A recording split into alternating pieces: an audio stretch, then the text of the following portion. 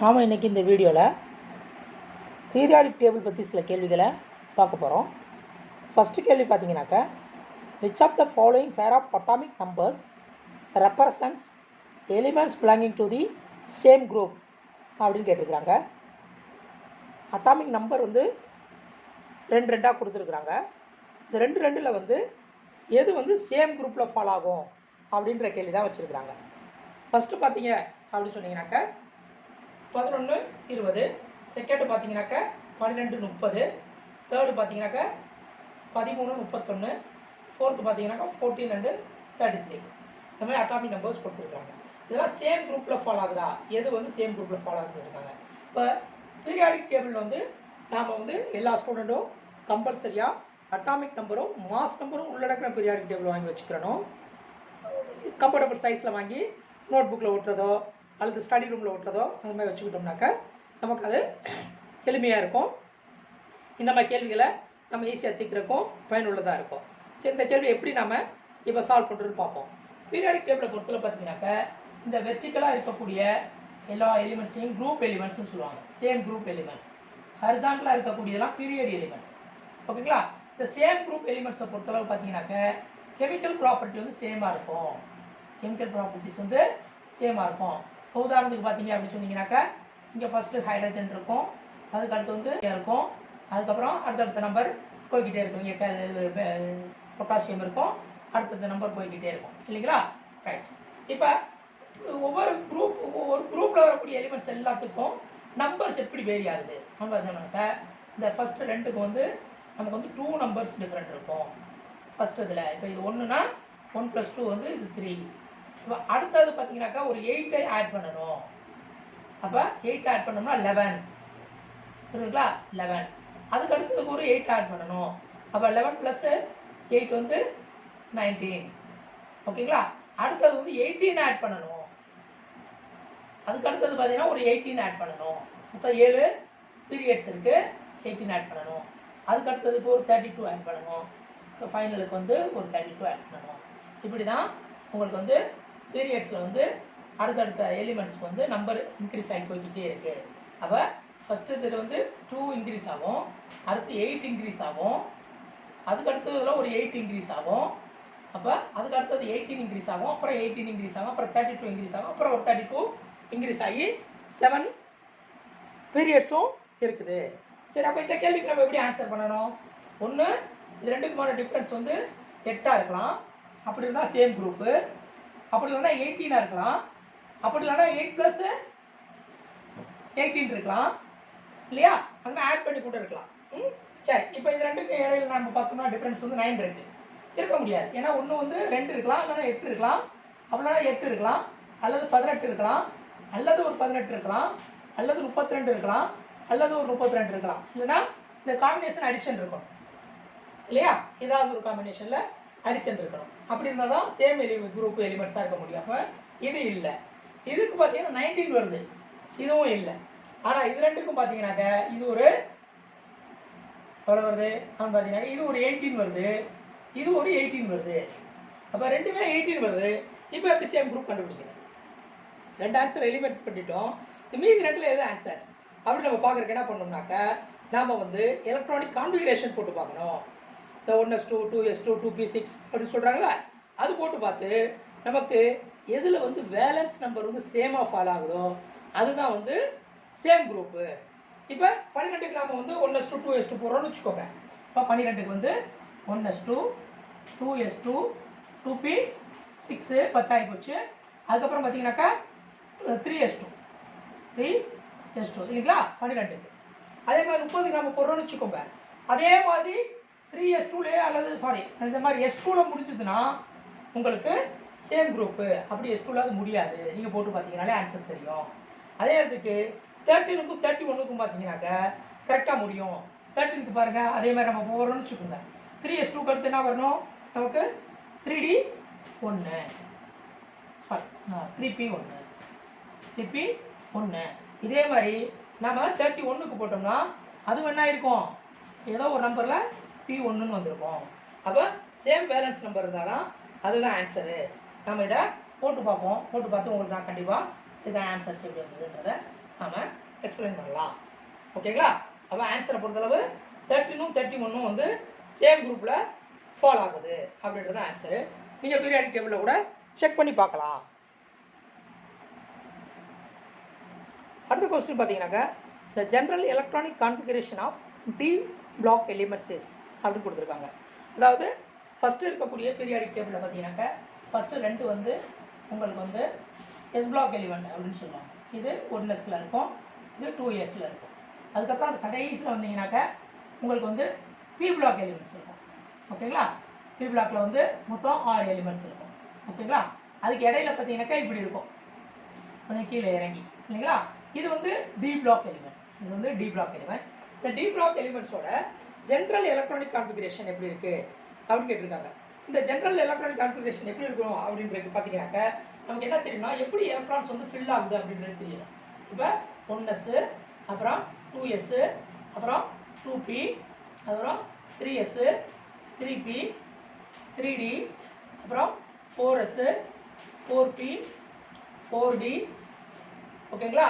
அப்புறம் 4f, அப்புறம் 5s, 5d, அதுக்கப்புறம் 5p, 5d, அதுக்கப்புறம் 5f, அப்புறம் 6s இருக்கும். இப்போ இது எப்படி நம்ம பார்க்கணும் அப்படின்னு கேட்க இந்த மாதிரி கிராஸாக கோடு போடணும். இப்போ ஃபஸ்ட்டு 1s ஃபில் ஆகும், அதுக்கடுத்து 2s ஃபில் ஆகும், அப்புறம் 2p ஃபில் ஆகி இப்படி ஆகும், அப்புறம் 2p ஃபில் ஆகி அப்புறம் 3s ஃபில் ஆகும், அப்புறம் 3p ஃபில் ஆனதுக்கப்புறம் பார்த்தீங்கன்னா 3d ஃபில் ஆகாது, அதுக்கு முன்னாடி 4s ஃபில் ஆயிரும். 3dக்கு முன்னாடியே 4s ஃபில் ஆயிரும். 4s ஃபில் ஆனதுக்கப்புறம் 3d ஃபில் ஆக ஆரம்பிக்கும், அப்புறம் 4p ஃபில் ஆகும், அப்புறம் தான் 5s ஃபில் ஆகும். இப்படி தான் எலக்ட்ரானிக் ஃபில்லிங் நடக்கும். ஓகேங்களா? இது இப்படி ஃபில் ஆகும். அப்படி நம்ம கோடு போட்டுக்கிட்டே வந்தோம்னா அந்த அடிப்படையில் தான் உங்களுக்கு எனர்ஜி இன்க்ரீஸ் ஆகுது. அதனால தான் எலக்ட்ரான்ஸ் வந்து ஃபில் ஆகும். இப்போ கேள்வி பார்த்தீங்க அப்படின்னு சொன்னீங்கன்னாக்கா நமக்கு d block element general configuration கேட்டிருக்காங்க. அப்போ டி பிளாக் எலிமெண்ட் எங்கே ஸ்டார்ட் ஆகுது அப்படின்னு பார்த்தீங்கன்னாக்கா இங்கே ஸ்டார்ட் ஆகுது. 3D ஃபில் ஆகிற முன்னாடி 4s ஃபில் ஆகுது இல்லைங்களா? அப்போ என்ன எழுதலாம்னா n வந்து s ஃபில் ஆகும். sல மேக்ஸிமம் எவ்வளோ எலக்ட்ரான் இருக்கலாம்? 0 இருக்கலாம், அல்லது 1 இருக்கலாம், அல்லது மேக்ஸிமம் 2 இருக்கலாம். அப்போ ns. அதுக்கு அடுத்து பார்த்தீங்க அப்படின்னு சொன்னீங்கன்னாக்கா இது வந்து s ஃபுல் ஆனதுக்கப்புறம் 3d ஃபுல் ஆகுது. n-1 இந்த d ஆர்பிட்டாலில் மினிமம் 1ல இருந்து 10 எலக்ட்ரான் வரைக்கும் இருக்கலாம். அப்போ இதுதான் general configuration of d orbital. இந்த கொஸ்டின் பார்த்தீங்கன்னாக்கா identify the correctly matched set among the following அப்படின்னு கொடுத்துருக்காங்க. எது வந்து எந்த செட் வந்து கரெக்டாக வந்து மேட்ச் ஆகிருக்கு அப்படின்றத சொல்லுங்கள் அப்படின்னு சொல்லியிருக்காங்க. ஃபஸ்ட்டு வந்து ஸ்கேண்டியம் வந்து டி பிளாக் ரெப்ரஸன்டேட்டிவ் எலிமெண்ட்ஸ் அப்படின்னு கொடுத்துருக்காங்க. செகண்ட் வந்து பார்த்தாக்கா lanthanum d block inter transition element அப்படின்னு கொடுத்துருக்காங்க. தேர்டு பார்த்தீங்கன்னாக்கா சீரியம் எ பிளாக் டிரான்சிஷன் எலிமெண்ட்னு கொடுத்துருக்காங்க. ஃபோர்த்து பார்த்தீங்கன்னாக்கா actinium d block transition elements அப்படின்னு கொடுத்துருக்காங்க. அப்போ இதில் பார்த்தோம் அப்படின்னு சொன்னாக்க நமக்கு வந்து கீழே வந்து இந்த பீரியாடிக் டேபிளில் இப்போ இதான் பீரியாடிக் டேபிள்னு வச்சுக்கோங்க. இப்படி தான் கிட்டத்தட்ட இருக்கும் இல்லைங்களா? நீங்கள் பார்த்துருக்கீங்க, கண்டிப்பாக பார்க்கணும். இப்போ இதான் டேபிள்னு சொன்னாக்க இங்கே வந்து 2 லைன் எழுதியிருப்பாங்க. ஓகேங்களா? இங்கே ஒரு லைனு, அதுக்கப்புறம் இங்கே ஒரு லைனில் எலிமெண்ட்ஸ் இருக்கும். ஓகேங்களா? ரைட். இப்போ இது பார்த்தீங்க அப்படின்னு சொன்னீங்கன்னாக்கா இது எஸ் பிளாக் எலிமெண்ட், இது வந்து பி பிளாக் எலிமெண்ட். இது வந்து எஸ் பிளாக் எலிமெண்ட்டு, இது பி பிளாக் எலிமெண்ட்டு, இது டி பிளாக் எலிமெண்ட்டு, இது எஃப் பிளாக் எலிமெண்ட்ஸ். இது லாந்தனம் சீரியஸ், இது ஆக்டினம் சீரியஸ். ஓகேங்களா? ரைட். இப்போ என்ன கொடுத்துருக்காங்க அப்படின்னு பார்த்துருக்க ஸ்கேண்டியம் வந்து இங்கே வரும். ஸ்கேண்டியம் வந்து டி பிளாக் எலிமெண்ட்டில் வரும். லாந்தனமும் ஆக்டினியமும் எஃப் பிளாக் எலிமெண்ட்ஸில் ஃபால் ஆயிடும். ஓகேங்களா? அதே மாதிரி பார்த்தீங்கன்னாக்க சீரியம் வந்து எஃப் பிளாக் எலிமெண்ட்ஸ், அது டிரான்சிஷன் எலிமெண்ட்ஸ் கிடையாது. அவங்க கொடுத்துருக்கிறது டிரான்சிஷன் சீரியம் டிரான்சிஷன் எலிமெண்ட்ஸ் அப்படின்னு கொடுத்துருக்காங்க. ஆகவே அது ஆன்சர் இல்லை. ஓகேங்களா? ரைட். இந்த கேள்வி பார்த்தீங்க அப்படின்னு சொன்னீங்கன்னாக்கா n-1 டியில் 3 எலக்ட்ரானும் n-sல வந்து 2 எலக்ட்ரானும் இருந்ததுன்னு சொன்னாக்க அதனுடைய குரூப் என்ன அப்படின்னு கேட்டிருக்காங்க. The general electronic configuration of n-1 d3 n-s2 indicate that the particular element belonging to the group அப்படின்னு கேட்டிருக்காங்க. எந்த குரூப்பில் வருது? 5th குரூப்பில் வருது, 6th குரூப்பில் வருது, 4th குரூப்பில் வருது, 2nd குரூப்பில் வருது அப்படின்னு கொடுத்துருக்காங்க. நம்ம ஏற்கனவே என்ன பார்த்தோம்? வெர்டிக்கலாக இருக்கிறதுலாம் இருக்கக்கூடியதெல்லாம் குரூப்னு பார்த்தோம் இல்லைங்களா?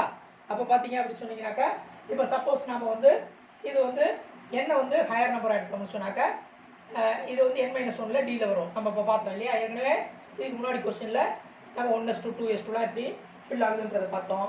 அப்படி பார்க்கும்போது நம்ம என்ன செய்யணும்னு கேட்டிங்கனாக்க, மொத்தமாக இப்போ நாம் வந்து எந்த குரூப்பு அப்படின்னு கண்டுபிடிக்கிறதுக்கு பார்த்தீங்க அப்படின்னு சொன்னீங்கன்னாக்க, நம்ம என்ன செய்யணும் அப்படின்னாக்க, இந்த ரெண்டையும் ஆட் பண்ணணும். ஏன்னா இது ரெண்டும் தான் வேலன்ஸ் எலக்ட்ரான், அவுட்டர் மோஸ்ட் செல் இருக்கக்கூடிய எலக்ட்ரான்.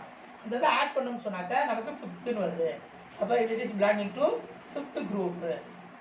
5th குரூப்பு ஏன்னு கேட்டிங்கனாக்கா, ஃபஸ்ட்டு ஒரு எஸ் பிளாக் எலிமெண்ட்ஸ் 2 இருக்கும்.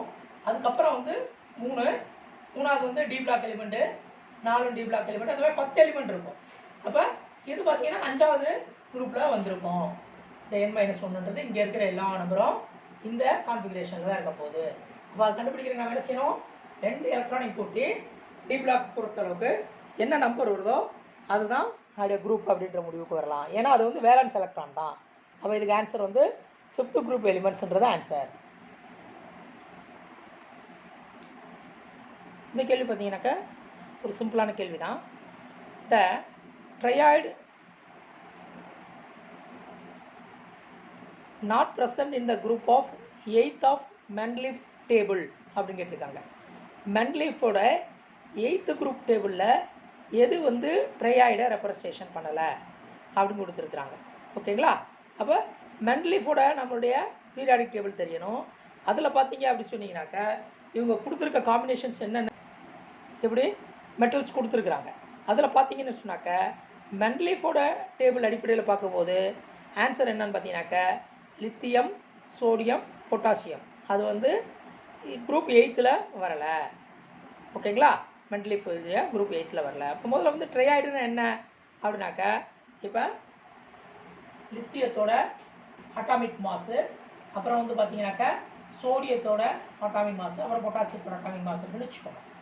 இப்போ அவர் டொபினியர் அப்படின்றவர் என்ன செஞ்சார்னா, ஃபர்ஸ்ட் எலிமெண்ட்டும் 3rd எலிமெண்ட்டையும் அட்டாமிக் மாஸை கூட்டிக்கிட்டார், ஆட் பண்ணி அப்படியே அப்படியே 2ஆல் டிவைட் பண்ணாருன்னு வச்சுக்கோங்க. இப்போ சோடியத்தோட அட்டாமிக் மாஸ் வந்துச்சு. இந்த மாதிரி வந்து அடுத்தடுத்து ஸ்கிப் பண்ணி, ஓகேங்களா?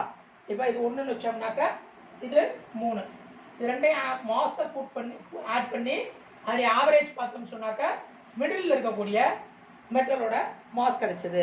இது வந்து ட்ரையாய்டு அப்படின்னு சொன்னாங்க. ஓகேங்களா? அப்போ இந்த கொஸ்டினை பொறுத்தளவு மெண்டலீஃபோட இதில் வந்து ட்ரையாய்டு கிடையாது. எது? லித்தியம், சோடியம், பொட்டாசியம் வந்து ட்ரையாய்டு கிடையாது. ஆனால் அதே நேரத்துக்கு டொபினியருடைய ட்ரையாய்டா எது இருக்குது?